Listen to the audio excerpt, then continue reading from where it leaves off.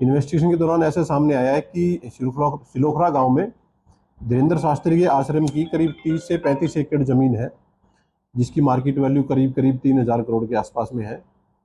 तो एक्यूज आरोपियों के द्वारा इस जमीन का मालिकाना हक दिखाया गया और शिकायतकर्ता से इसमें से करीब 50 लाख स्क्वायर फुट जमीन बेचने का उनको राइट्स देने बारे में कहा गया, जबकि जमीन के लीगल राइट एक्यूज के पास थे ही नहीं। तो इनके द्वारा 5.5 करोड़ रुपये उनसे ले लिए गए। पुलिस के द्वारा मामले में एफआईआर रजिस्टर करके फिलहाल 2 एक्यूज को अरेस्ट किया गया है।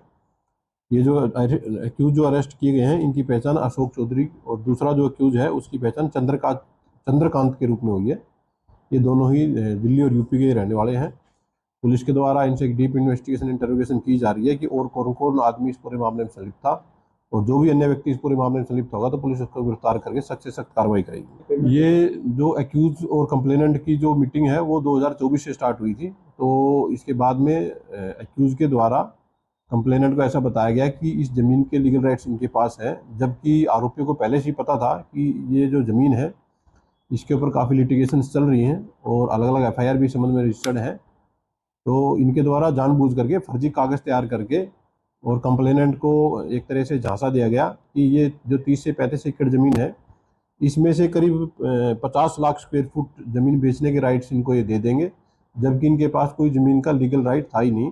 ये ज़मीन धीरेन्द्र शास्त्री के आश्रम की ज़मीन ये थी पुराने समय में, और जिसके ऊपर आरोपियों का कोई भी लीगल राइट नहीं है। और फिलहाल ये जो ज़मीन है ये सरकार के दायरे में आती है।